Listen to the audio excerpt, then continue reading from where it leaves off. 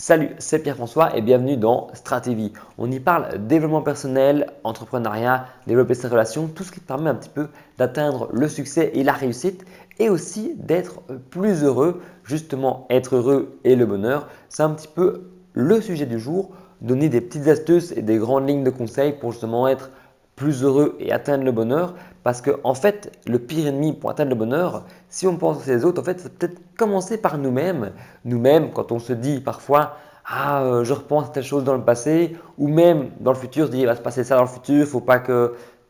Et se dire, wow, on va se calmer, essayer de repenser juste au présent, se recentrer sur ce qui se passe maintenant, travailler sur ses émotions, à travers quoi notamment la première astuce, c'est la méditation. Bon, on parle plein de bénéfices de la méditation, on ne va pas revenir là-dessus, on aura l'occasion de faire plein de vidéos sur la méditation, mais justement la méditation, pourquoi? Pour se recentrer sur le moment présent, pour se recentrer sur ce qu'on ressent actuellement, ses émotions et justement apprendre au fur et à mesure à gérer ses émotions pour après, dès qu'on a des pics de colère ou ce genre de choses, réussir à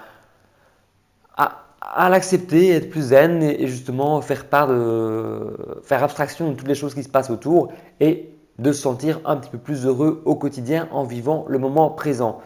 Je ne voulais pas te parler à la base de la méditation, mais il me semblait important de faire une petite aparté là-dessus. Ce que je voulais surtout te parler, c'était l'argent qui ne fait pas le bonheur, ni le matériel. Parce on a parlé d'objectifs, on a parlé de résolution.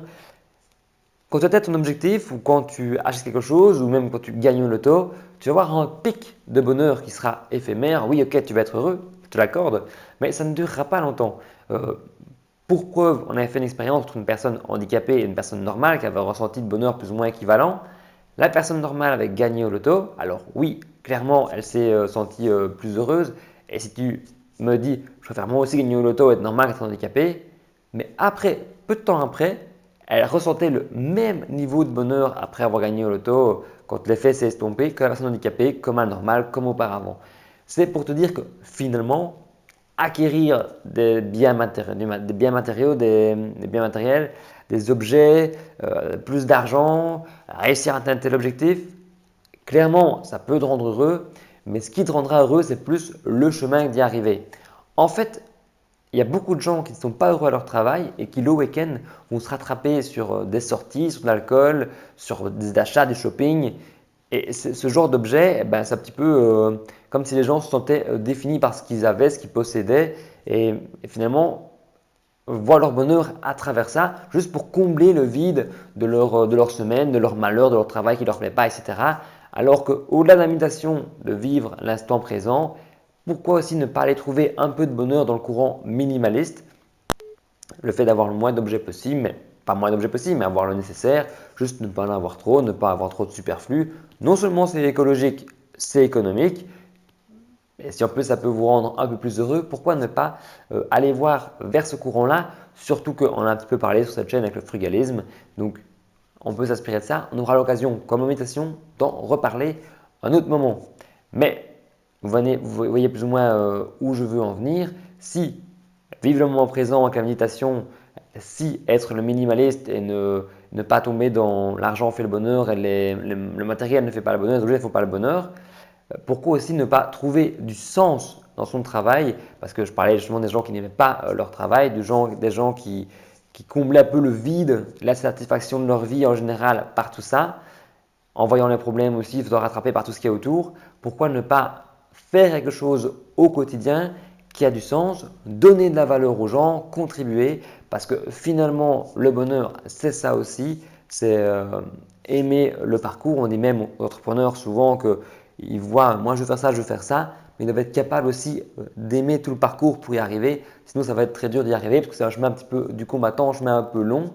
C'est un peu comme si moi je voulais réussir cette stratégie, que je voulais me dire, allez, je veux 1000 abonnés rapidement, mais j'aime pas faire des vidéos, j'aime pas filmer, j'aime pas faire le montage. Alors que j'ai beaucoup de plaisir à filmer, j'ai beaucoup de plaisir à faire le montage. Donc finalement, il faut savoir apprécier le chemin.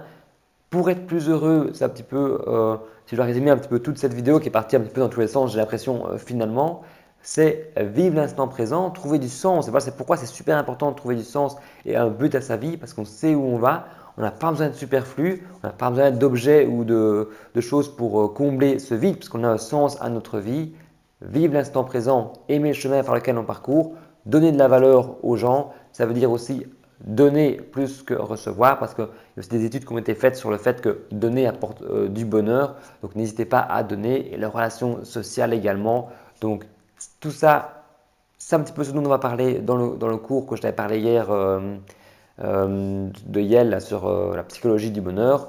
Je sais que c'est des points qui vont apparaître, je n'en doute pas, je serai de suivre le cours actuellement. J'aurai l'occasion de te partager tout ça. Toi, tu peux toujours t'inspirer de ces quelques astuces qui sont donc la méditation, le minimalisme, trouver du sens et le social, trouver à travers le social et donner aux gens, contribuer du bonheur. C'est tout ce que je te souhaite, être plus heureux, développer ton bonheur. C'est tout ce que j'en souhaite sur Stratévie. Si cette mission, si cet objectif d'être heureux t'intéresse, abonne-toi à Stratévie. On va en parler en tout cas. On va reparler de méditation, de minimalisme, d'être heureux. Du coup, moi je te dis à la prochaine vidéo. Salut, ciao!